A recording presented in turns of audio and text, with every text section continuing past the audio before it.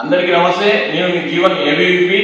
అఖిల భారతీయ విద్యార్థి పరిషత్ ఆధ్వర్యంలో ఉస్మానియా యూనివర్సిటీ శాఖలో స్కాలర్షిప్ ఫీజు రీయింబర్స్మెంట్ అంశంలో ప్రభుత్వం నిర్లక్ష్య కారణంగా గౌరవ హైకోర్టు ఇచ్చేటువంటి తీర్పుపై రౌండ్ టేబుల్ సమావేశం పెట్టబోతున్నాం.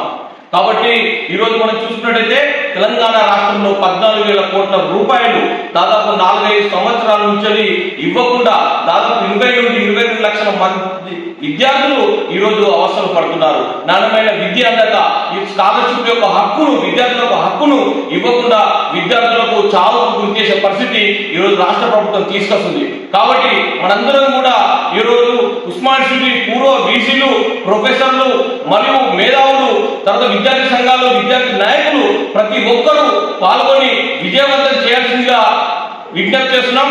జై హింద్, జై భారత్. మేము ఉస్మానియా యూనివర్సిటీ విద్యార్థులం, దారిద్ర్య రేఖకు దిగువనటువంటి విద్యార్థులం, పేద మధ్య తరగతి బడుగు బలహీన వర్గాల నుండి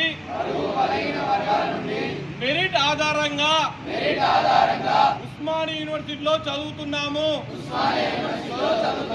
తెలంగాణ రాష్ట్రంలో దాదాపు 4 సంవత్సరాల నుండి 10,000 కోట్ల స్కాలర్షిప్ ఫీజు రియంబర్స్మెంట్ విడుదల కాక దాదాపు తెలంగాణ రాష్ట్రంలో 22 లక్షల నుండి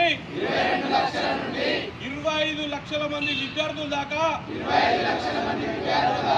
నానా అస్తవ్యస్త పడుతూ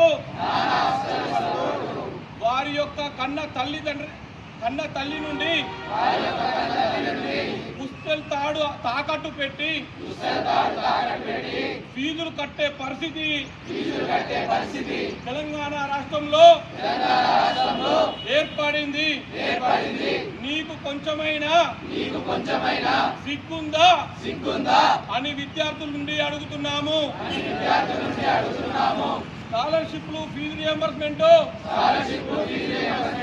విడుదల చేయకపోతే, ప్రొఫెసర్ల భర్తీ చేయకపోతే, నాణ్యమైన విద్య అందించకపోతే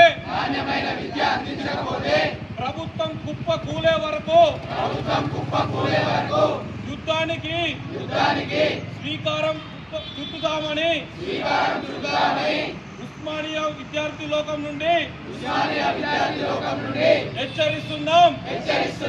ఖబర్దార్ రేవంత్ రెడ్డి, ఖబర్దార్ రేవంత్ రెడ్డి. విద్యార్థి పరిషత్ ఆధ్వర్యంలో ఇంజనీరింగ్ కాలేజీలో ఈరోజు విద్యార్థులతో నిరసన కార్యక్రమం చేయడం జరిగింది. విద్యార్థులు అందరూ కూడా అన్న సీఎంకి ఒకసారి విజ్ఞప్తి చేద్దామని చెప్పేసి అందరూ కూడా మాట్లాడడం జరిగింది. అందరం కూడా విజ్ఞప్తి చేయడం జరిగింది.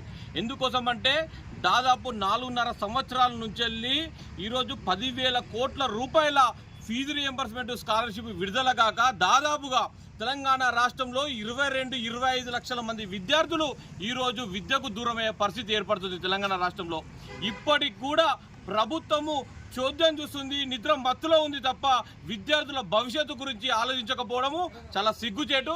ప్రభుత్వం ఇప్పటికైనా ఆలోచించి త్వరితగతినగా 10,000 కోట్ల స్కాలర్షిప్ ఫీజు రియంబర్స్మెంట్ విడుదల చేయాలని ఏబీవీపీ పోరాడుతుంది. ఇది యుద్ధానికి కూడా శ్రీకారం చుట్టబోవడానికి సిద్ధంగా ఉందని ఈ ప్రభుత్వాన్ని హెచ్చరిస్తున్నాం.